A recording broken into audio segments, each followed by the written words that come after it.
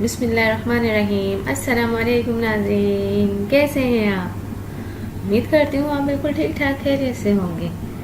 अगर आप मेरे चैनल को सब्सक्राइब नहीं किया है आपने तो प्लीज़ सबसे पहले आप मेरे चैनल को सब्सक्राइब करना ना भूलें और मेरी वीडियोस को भी शेयर किया करें। तो चलते हैं आज के टॉपिक की तरफ। आज का मेरा टॉपिक है कि हम फटी एड़ियाँ और बदनुमा पाँव हम कैसे खूबसूरत बना सकते हैं। उसके लिए मैं आपको चंद टिप्स देती हूँ, वो उस पर अमल करके आप अपनी फटी हुई एड़ियों को बहुत ज़्यादा खूबसूरत बनाएंगे। तो नाजरीन, मैं आपको बताती चलूँ कि इसके लिए आपको सबसे पहले क्या करना होगा। एड़ियाँ रगड़ कर साफ करने से मुर्दा खाल अलग हो जाती है और इसकी जगह नई खाल ले लेती है। सोने से पहले एक टब में नीम गर्म पानी और लिक्विड साबुन मिला कर लें। 20 मिनट तक पैरों को इसमें भिगो कर रखें और झावे की मदद से पैरों को आस्तीगी से रगड़ें। साफ पानी से पैरों को धो लें। नरम तौलिए को खुश्क करें। पैरों पर क्रीम या मॉइस्चराइज़र लगाकर सूती मोज़े पहन लें। ये अमल रोज़ाना करें जब तक पैर मुकम्मल तौर पर सही ना हो जाए। और इसके अलावा नाजरीन, मैं आपको बताती चलूँ कि नारियल का तेल जो है वो बहुत फ़ायदेमंद है। नारियल का तेल ना सिर्फ पैरों को नमी फराहम करता है बल्कि फंगस और बैक्टीरियल इन्फेक्शन से भी बचाता है।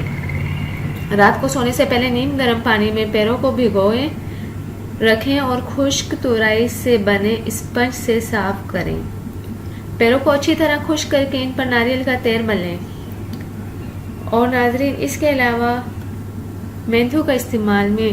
मेंथू में मौजूद ज़रूरी तेल एड़ियों को ठीक करने के साथ नाखूनों के फंगस को भी ख़त्म करता है। रात को सोने से पहले पैरों को साफ और खुश्क करके मेंथोल लगाएं। मोज़े पहनकर सो जाएं। सुबह उठकर पैरों को नीम गर्म पानी से धो लें। खुरदुरी खाल के उतरने तक ये अमल जारी रखें। और पैराफिक्स वैन मुर्दा खाल अलग करने के लिए पैराफिन वैक्स भी इस्तेमाल किया जा सकता है। ये जिल्द को नरम मुलायम बनाता है। पैराफिन वैक्स को माइक्रोवेव बॉयलर में गर्म कर लें। बराबर की मिकदार में खोपरे या सरसों का तेल शामिल कर लें।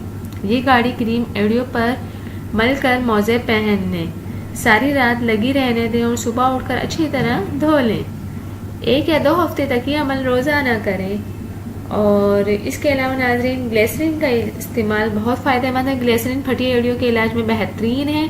ग्लिसरीन और नींबू का रस बराबर की मिकदार में मिला लें। चाहें तो अर्के गुलाब भी शामिल कर सकते हैं। पैरों में मल लें। 20 मिनट तक लगा रहने दें, फिर पैरों को धो लें।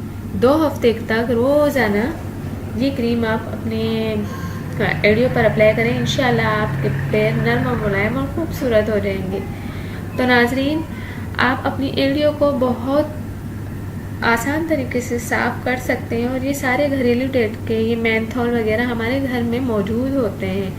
तो नाजरीन, आप इन पर अमल करके अपनी जो बदनुमा एड़ियाँ हैं उसको खूबसूरत बना सकते हैं। और एड़ियों से इंसान की पर्सनैलिटी का भी पता चलता है। बहुत से लोग बहुत ज़्यादा खूबसूरत होते हैं लेकिन वो अपने सिर्फ चेहरे पर ही तवज्जो देते हैं, अपने हाथ पाँव, अपनी एड़ियों को बिल्कुल तवज्जो नहीं देते हैं। तो नाजरीन, मैं उनके लिए कहना चाहूँगी कि प्लीज़ आप एड़ियों पर भी तवज्जो दें। एड़ियाँ भी आपके जिस्म का एक हिस्सा हैं। तो अपनी एड़ियों को खूबसूरत बनाने के लिए इन टोटकों पर ज़रूर अमल कीजिएगा और मुझे दुआओं में ज़रूर याद कीजिएगा। एक बार फिर आपसे रिक्वेस्ट करना चाहूँगी कि मेरी वीडियोस को आप ज़रूर शेयर किया करें। और अभी तक जो मेरे चैनल को जिसने सब्सक्राइब नहीं किया है तो सबसे पहले एक काम करें, मेरे चैनल को सब्सक्राइब करना ना भूलें। Thank you. तो मिलते हैं नेक्स्ट वीडियो में। अल्लाह हाफिज़।